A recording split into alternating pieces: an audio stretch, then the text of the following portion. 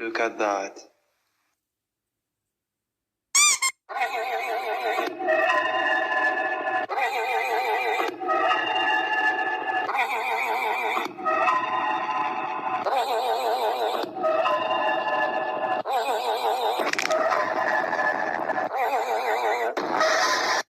This is so funny.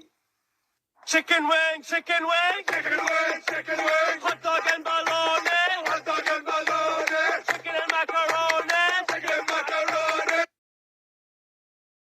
Hello, Internet! Welcome to Game Theory, the show that's constantly reaching and stretching for answers. So, kind of like the nerdier version of Mommy Longlegs. And welcome back to our coverage of Poppy Playtime. Probably should rename the game Poppy-less Playtime, since 2 chapters in and we've spent like 5 minutes with the character. And of those 5 minutes, like, none of it's actually been playing, so just a clickbait title across the board. Last episode, we broke down 2 of the biggest mysteries people were asking about this latest installment. The first was figuring out the real identity of our little doll here. In my very first theory for the game, we concluded that Poppy was created using the soul and body parts of Stella Graber, an employee of Playtime Co. However, this chapter revealed that Stella was still very much alive when Mommy Longlegs was introduced back in the 1990s. Considering that Poppy was invented in the 1950s, timeline didn't really work out. So, who then is Poppy? Well, it turns out she's the adopted daughter of Playtime Co.'s founder, Elliot Ludwig, a girl who died tragically sometime in the 1960s.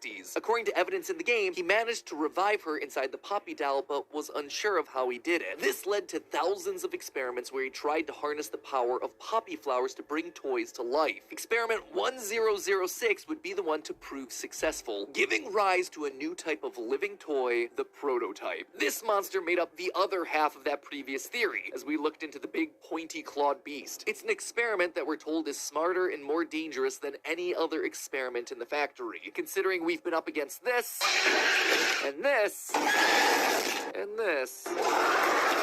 Him being that much smarter doesn't really bode too well for us. But talking about these 2 is only really scratching the surface of what's really happening at Playtime Co. What are these living toys made from? Who are we in all of this? Will this game ever not be similar to FNAF? And why is a caterpillar dog with elf feet so disturbing to the very core of my being? Well, I think I have answers to all these questions and more. Alright, maybe not the last 2, but definitely the first couple. And by the end of today's episode, we'll be that much closer to figuring out all the twists and turns that Poppy has planned. Spoiler alert, I think that we might be the true villain of this whole narrative. Let's start at the makeup of the monsters. Originally, we suspected that the flesh and blood of former employees was being used to help create the sentient toys that are now chasing us around the factory. I mean, look at all the blood in this place, and usually it's found alongside a broken toy. Plus, as Huggy Wuggy falls into the abyss at the end of chapter 1, he leaves blood splatter on all the pipes that he hits on his way down. Combine that with our theory that Stella was inside a Poppy, and boom, you got yourself a recipe for the most gruesome company health plan ever. However, chapter 2 seems to be pulling us in a different direction. Once you defeat Mommy Longlegs and get back to the game station to free Poppy, you can find 2 notes on either side of the control panel. One is about a scientist complaining about the lack of natural light in the lab, which, let me tell ya, as someone who literally locks himself in a closet to work on episodes, totally get that. Hashtag relatable. But it's the second note that I want us to pay attention to. It starts off harmless enough, just a list of instructions for employees working on the game station floor. Quote, start by reporting to the control station. Always keep a minimum distance of 20 yards away from Mommy Longlegs. The train will arrive with the children at 8 a.m. All children will be gathered inside the game station all at once. The order of the games will be musical memory, whack-a-wuggy, then statues. A series of bridges and doors from a control station should guide you to each game. End quote. I mean, you know, it's all pretty straightforward stuff, but it's the last section where my theorist senses really start to prick up. Quote again, only one child should ever play a game at a time. Children who are not playing a game will wait in the game station. There's playground equipment to keep them entertained. Record each child's performance as it's relevant to each game. Music memory, composure, memory, pattern recognition. Whack-a-wuggy, hand-eye coordination, and reaction times. Statues, agility, strength, and speed. Once the children have left for the day, return to the control station. Give all reports to Ms. Stella Graber to sort through. End quote. The children weren't just playing any old games. These games were specifically designed to test children and monitor their skills. And that's not all. When you break out of the Statues game, you can actually find 2 of these reports hidden inside the room for a child named Michaela Hyssop. Each proctor goes through and explains how Michaela performed in each task. Quote, she has a good grasp on the concept and decent performance, but Michaela made mistakes on several of the color patterns. In her second attempt, she was making noticeable improvements. Quote again, Michaela is very accurate and fast. Few mistakes were made. You can actually see this improvement reflected in her scores, going from 331 to 434. However, notice what's written right at the top of the page. Underneath the child's name, the name of the proctor, is another category, assigned toy. For Michaela, this was Candy Cat. Now, why would you need to assign a specific toy to each individual child? Unless, of course, you needed that child to have some kind of deep connection with the toy for some kind of supernatural purpose, like, say, turning the child into that toy.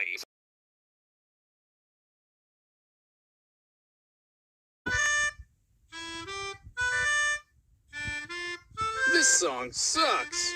I'm turning this off.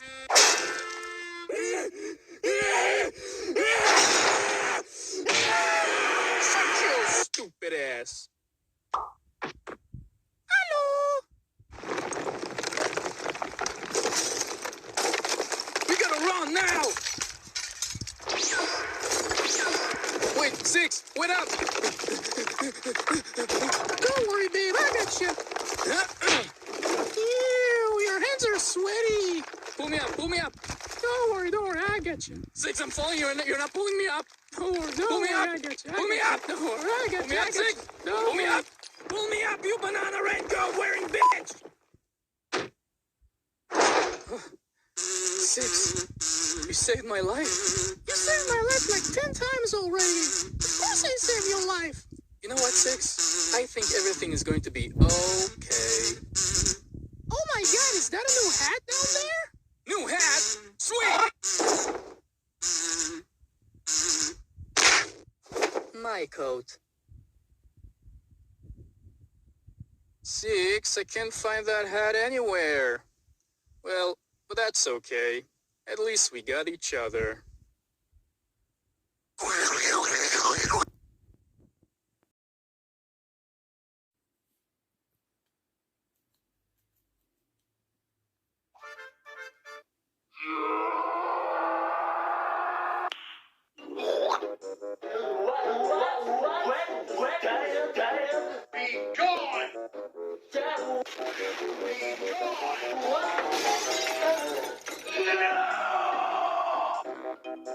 The Bible. You question the words of the mighty Jimmy?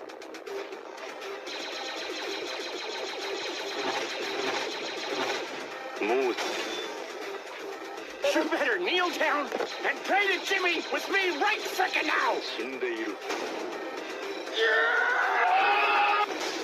My dick fell off!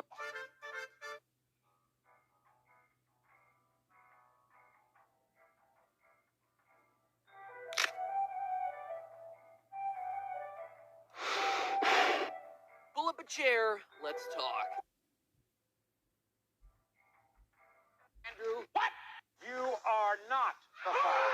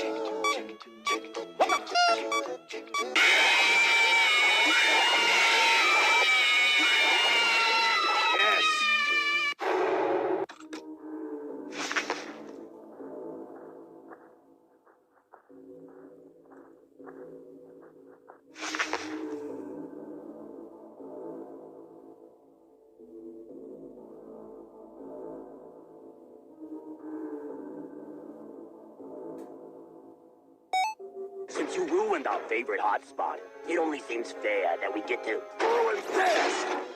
You wouldn't like my body. It's all circuity and metallic. Oh, good.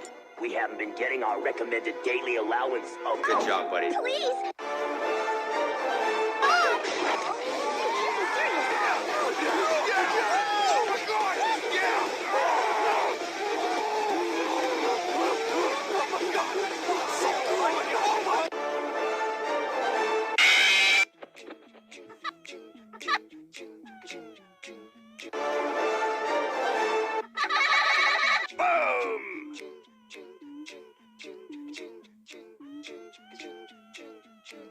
Dude, have you noticed that your voice has changed? What? You mean how I sound like a man and you feel like a piglet on helium? You said that back! Sure, when you ask me like a man. Really? Because right now you sound like a mouse whose parachute won't open. You have won a pink crystal decanter worth over 10,000.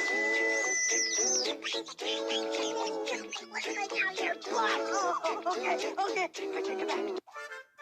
I have a katana collection. I've been learning Japanese on Rosetta Stone for like 5 weeks now. I've had so much sex with my body pillow that it stands on its own now. My wife is coming to life. Don't talk about Attack on Titan.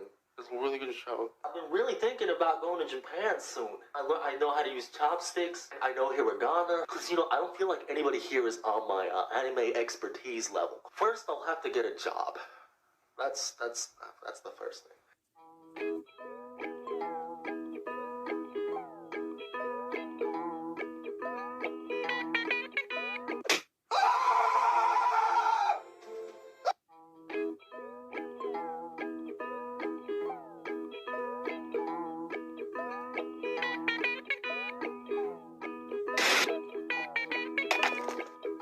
Yeah, gotcha.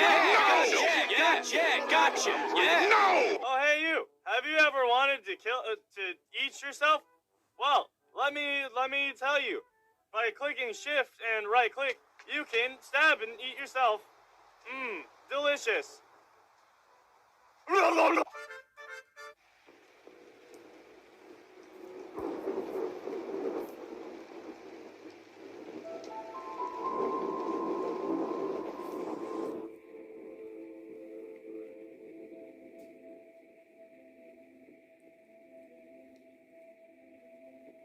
Always come. Daddy? I don't like where this is going. Bobo!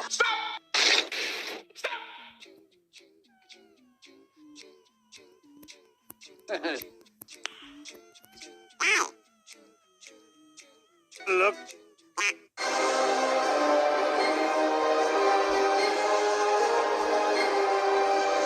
You did this to me!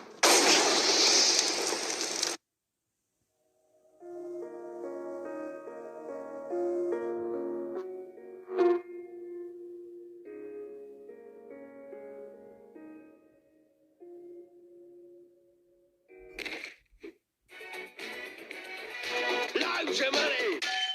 Everyone I've ever loved is dead. Why won't you just let me, Dad?